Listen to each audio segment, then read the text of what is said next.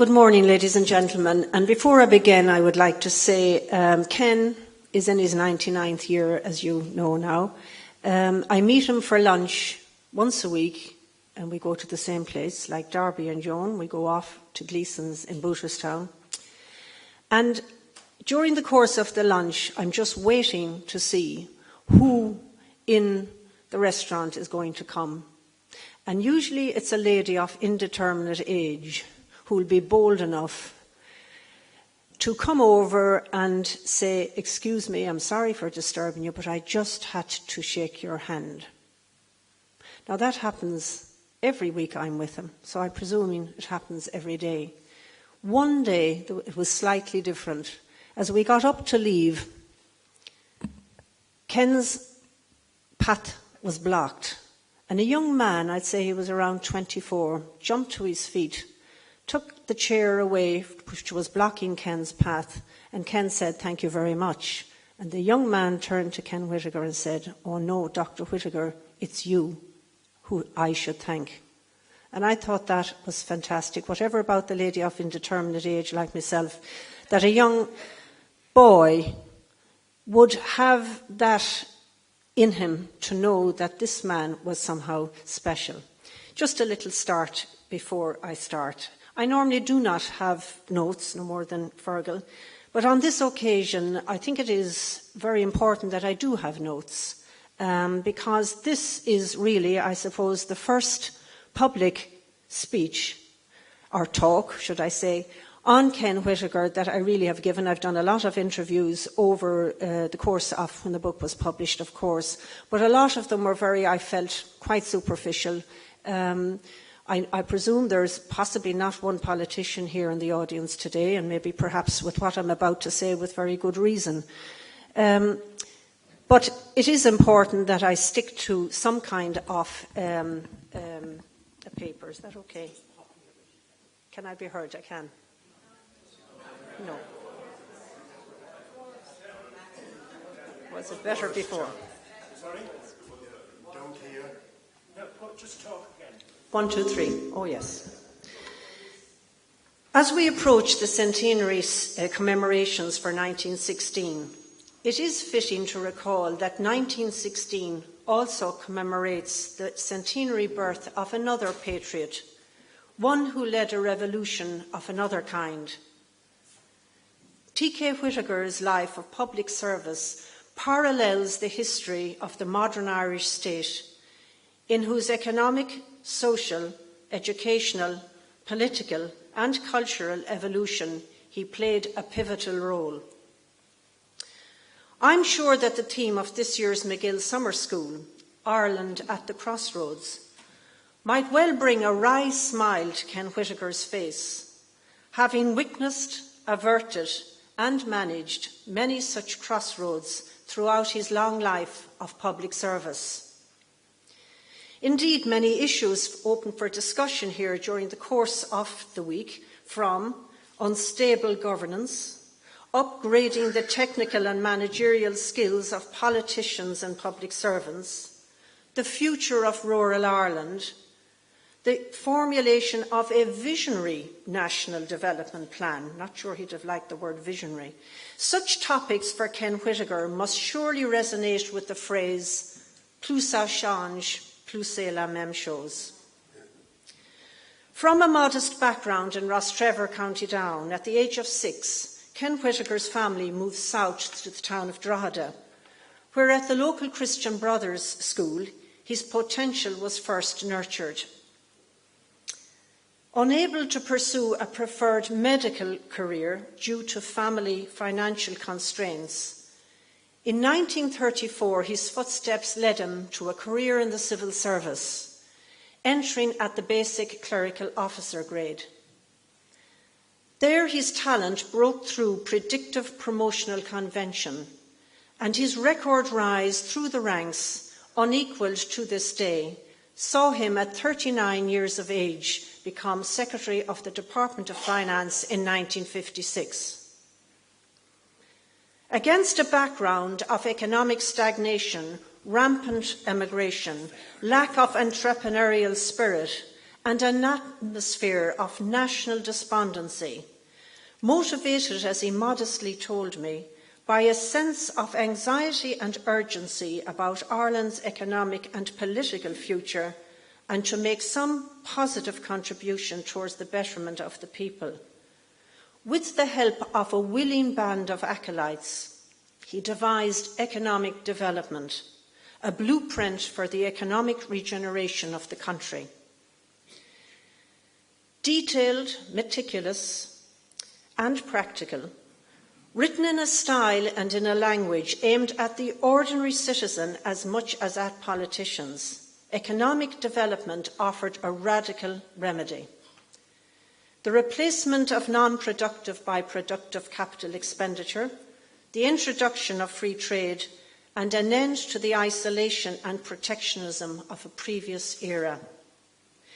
It lowered, ladies and gentlemen, the barriers that Ireland had erected around itself and allowed the Irish people to look at their country not from some mystic, historically idealised vantage point, but from eye level.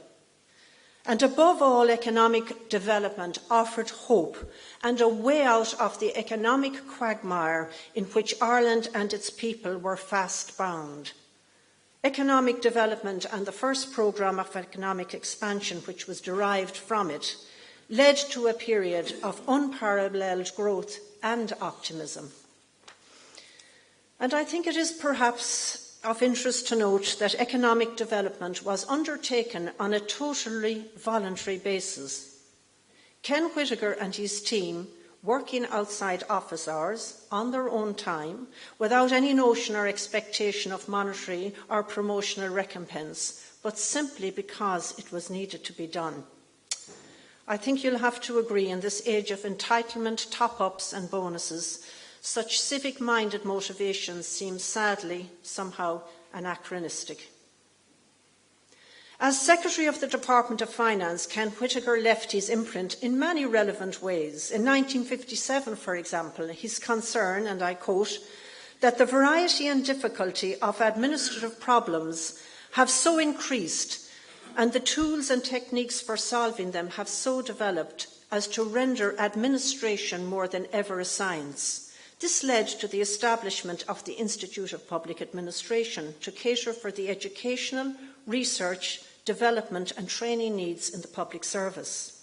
Today, the Whittaker School of Government and Management, established in the IPA in his honour, ensures the continued pursuit of his objective. His belief that public servants should be, and I quote, well versed in economics, led to the establishment of a university scholarship scheme in the public service. He was unhappy with the quality of the economic courses then available in the national universities, and he actually forwarded his own suggested syllabus for economics in the NUI, much of which was subsequently adopted by university authorities. In the course of compiling economic development, he also became aware of the shortcomings in both quantity and quality of economic research and analysis available in the public service. With the substantial grant which he elicited from the Ford Foundation in America, and he told me he was at the IMF meetings and he heard that the guy in the Ford Foundation who had the giving of these grants used to attend Mass in St. Patrick's Cathedral in New York. So Ken said he became a regular Mass goer for the duration of his stay. And he also heard that he took a coffee in a diner around the corner. So Ken also took a coffee in the diner.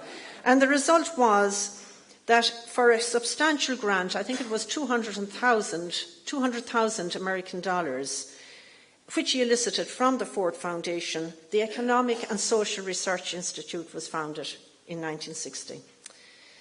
It is interesting to note that in more recent times, Ken Whittaker viewed what he considered to be a fall-off in numbers of suitably qualified and experienced staff in the Department of Finance and at the Central Bank as a dangerous and worrying development. A situation, I think we would all agree, that may well have contributed to Ireland's economic and financial woes. During the 1960s, Ken Whitaker spearheaded Ireland's convoluted path towards membership of the European Economic Community. A fervent supporter of Ireland's participation in the community, he led many delegations to European capitals, culminating with a private meeting in 1967 with the implacable Charles de Gaulle. He's later uneased that the idealism, realism, the community ethos, the élan vital that motivated the community's founding fathers and that is enshrined in the Treaty of Rome were being sidelined by purely monetary considerations has a certain resonance today in view of current difficulties in Greece and elsewhere.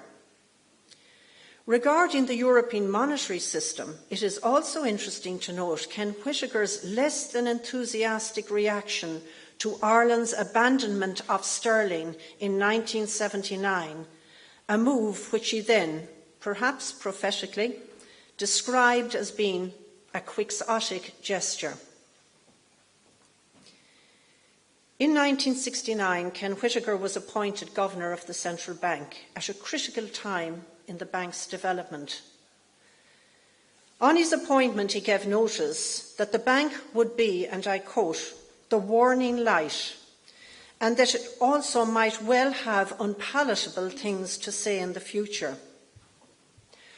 Under his governorship, the bank was transformed into a dynamic and effective institution, which he guided with a firm hand through many economic and financial upheavals at home and abroad, including, if you recall, 2 major international oil crises in the 1970s. At the commencement of his period of office, he set out to preserve the autonomy of the central bank vis-à-vis the government and the commercial banking sector, guided by the provisions of the Central Bank Act, which states, and may I add, which still states, that what pertains to the control of credit, the constant and predominant aim should be the welfare of the people as a whole. He successfully resisted efforts by the Department of Finance in 1970, who wanted to obtain statutory control over the exercise of credit policy in the economy, a move which Ken Whitaker noted at the time, I quote, he could not regard as being in the national interest. His words to the then Minister for Finance, that, and I quote, as a good Catholic, I recognise the supreme authority of the Pope, but like a good bishop, I claim jurisdiction within my own diocese.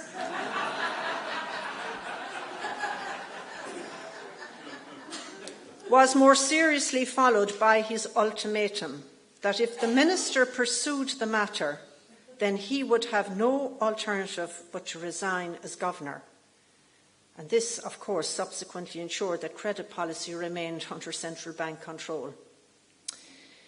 Later, against the background of runaway inflation, balance of payments deficit, galloping current and capital expenditure and irrational pay awards, he enforced strict credit constraints over the commercial banks, restricting credit to productive purposes with penalties for increases in gross lending to the overheating property sector, 1970s, keep in mind, as well as stemming the tide of external capital inflows. He resisted numerous government attempts to fund budgetary concessions for non-productive purposes out of the coffers of the central bank, and both privately and in public through the central bank bulletins, and indeed also in the press, gave forceful advice on the economic and financial policy before it was enacted, thus preventing even greater excess.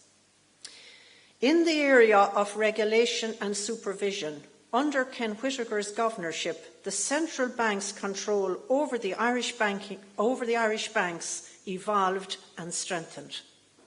So where did it all go wrong? Why did that warning light fail to flash during the reckless credit-creating years of the Celtic Tiger? What malfunction and the lack of, or the muted, unpalatable words emanating from Dame Street left him, as he admits, perplexed and appalled? His choice of words to the new governor, Patrick Honohan, and I quote, "I'm counting on you to save the country from national humiliation," expressed the depth of his disappointment at the bank's perceived failure to discharge its obligations. While Ken Whittaker is the first to acknowledge the immense changes that have since revolutionised the banking sector, the globalisation of the industry, the impact of technology, the blurring of demarcation between financial institutions, the array of new investment and credit instruments, the onset of the borderless world of finance, it is still difficult to imagine that under his stewardship that warning light would not have been flashing in Dame Street long before the banking collapse occurred, or that he would have agreed to the disastrous decision to separate the supervisory and regulatory functions from the central bank. And during the so-called Celtic Tiger debacle, while a diminution in the bank's authority may well have been the result of European Central Bank intervention, the Irish Central Bank retained sufficient authority nationally to curb the doubling of house prices, the tripling of credit to the building industry, and the sanctioning of loans up and beyond 100% that occurred in the space of 7 years. And with Ken Whittaker on the board of the ECB, Monsieur Trichet would undoubtedly have been faced with an able and determined opponent to his policy of light-touch regulation, leading as it did to the inadequate and incompetent supervision of the Irish banking system and to Ireland's subsequent humiliation. In 1976, Ken Whittaker resigned from public office, or thought he did. But his services to the state, if anything, increased. From the Senate, where he's unique in being nominated by 2 major political parties while still speaking as an independent, to the Council of State, to his 20-year chancellorship of the National Universities of Ireland. And on this, I think I should stop and just consider Ken Whittaker never actually attended university. And perhaps that was the reason for his success, maybe. His degrees came as an external student, and really, in a way, his economics, I always find, if you read any of Ken Whittaker's economic documents, including economic development itself, the language is simple. It's on a practical basis. There is no visionary ethos in it. It is common sense practicality.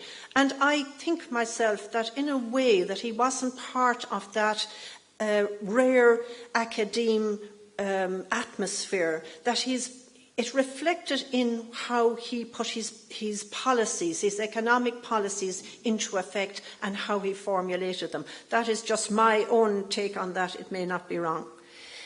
On a voluntary basis, his wise counsel and ability steered a mind-boggling range of public commissions and committees, from penal reform, fishery policy, constitution reform, to chairmanship of such bodies as Bord na Gaeilge, Dublin Institute of Advanced Studies, Royal Irish Academy, Alliance Française, ESRI, Irish Folklore Commission, co-founder of the British Irish Association and of the Agency for Personal Services Overseas. The list, ladies and gentlemen, numbers over 40, all on a voluntary basis.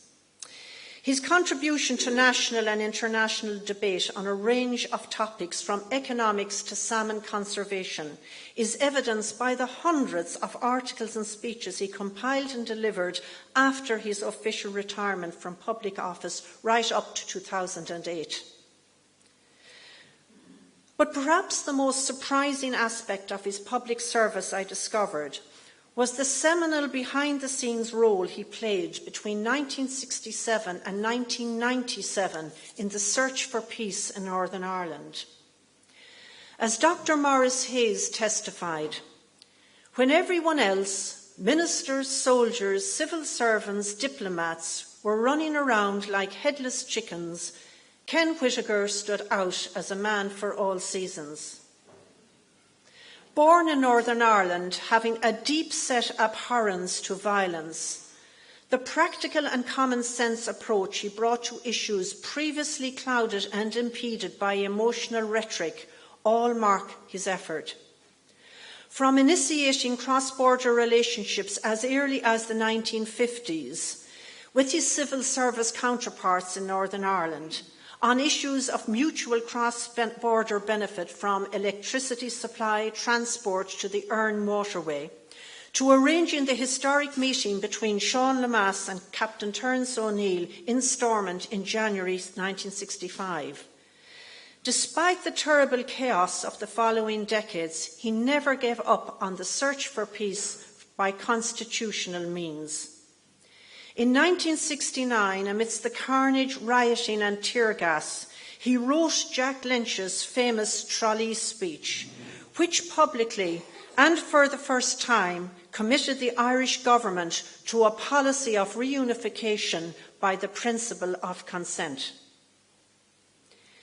In 1970, he embarked on a behind-the-scenes dialogue with his opposite numbers in the public sector and banking sectors in Northern Ireland and in the UK, from which, over the next 2 decades, emanated many policy documents, which in turn informed government policy on Northern Ireland, both here in the Republic and in the UK. Indeed, one of his policy documents, Northern Ireland, A Possible Solution, written in 1971, is in reality the Good Friday Agreement for slow learners, albeit with almost 30 years of ensuing violence, destruction and the tragic loss of over 3,700 lives in the meantime. Another motivation in Ken Whittaker's life is his love and commitment to the Irish language. Fostered in his distant childhood in Drogheda and in Ranafast here in the Donegal Gaeltacht, it still burns with the same intensity today. As in his approach to the national economy and to Northern Ireland, his approach to the language was also one of practical application. From initiating articles in the Irish language in the Department of Finance and in the central bank bulletins, his advocation of bilingualism as a national policy rather than the more impractical replacement of English by Irish, to his enlightened chairmanship of Bord na Gaeilge, he left his mark. In a world exposed to such powerful and ever-changing technological advances and to the standardisation and globalisation of every aspect of our life, including culture and language, as Ken Whittaker notes, government policy is no longer enough to ensure the survival of the Irish language. It also requires an acknowledgement by all of us that the language is worth saving and that we have the will as a community to ensure that it does. The question posed by this summer school, does Ireland need a new visionary development plan by another Ken Whittaker, in this year of 2015, in my opinion, can no longer be addressed in a national context. Ireland's economic future as part of the European Union is at the mercy now of a global imperialistic market economy. The calamitous policies that have driven not only Ireland's financial institutions, but those of more powerful countries, from reckless lending practices to the rigging of key bank interest rates, together with the detachment of finance and economics from any sense of societal responsibility or accountability, that has resulted in some 90% of the world's wealth resting in the hands of 10% of the population, all are an anathema to Ken Whittaker's generation. Today, in a world where democratically elected governments and the people they represent appear as mere pawns driven and controlled by financial markets, rating agencies and hedge funds, the question Ken Whittaker posed in the 1980s for Ireland has a relevance today, but in a global context. And he asked, is it little more than a fiction that Parliament and government are sovereign?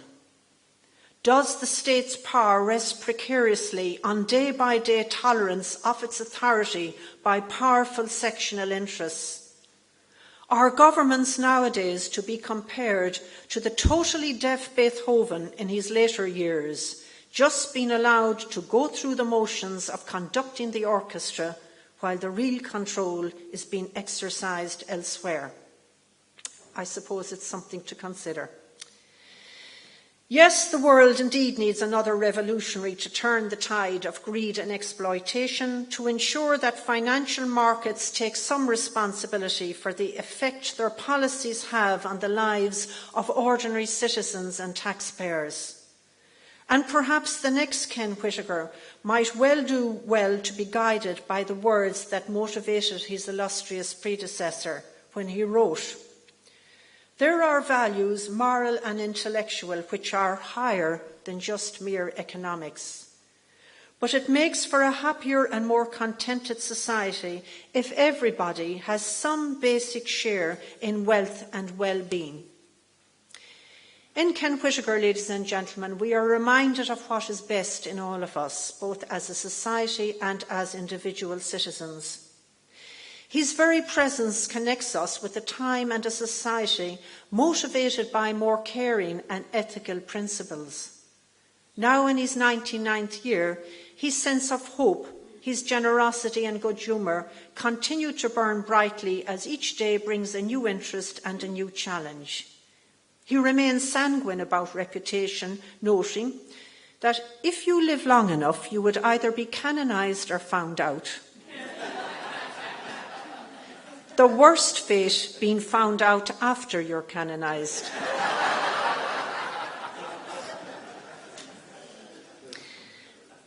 During his lifetime, he has received, as you know, many honours and tributes, national and international. One, however, stands out.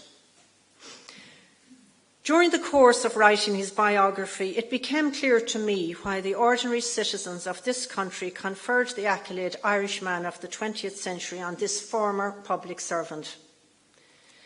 For as the so-called icons of Irish society, one by one, fell from their pedestals, as tribunals, trials and inquiries revealed the shortcomings of those entrusted with the care of the country and the welfare of its people, as greed and corruption became the hallmarks of success in Irish society, as the two state institutions over which he once presided failed in their duty of care to prevent the loss of Ireland's economic independence, consigning generations to a future of chronic indebtedness, the people's choice of T.K. Whitaker as Irishman of the 20th century seems now, in 2015, more than ever vindicated.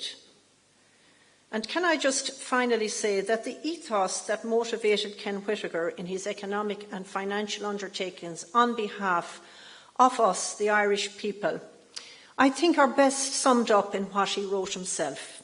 And he said, "Let us remember that we are not seeking economic progress for purely materialistic reasons, but because it makes possible relief of hardship and want, the establishment of a better social order, the raising of human dignity, and eventually the participation of all who are born in Ireland of the benefits moral and cultural, as well as material, of spending their lives and bringing up their families in Ireland." Thank you very much, ladies and gentlemen.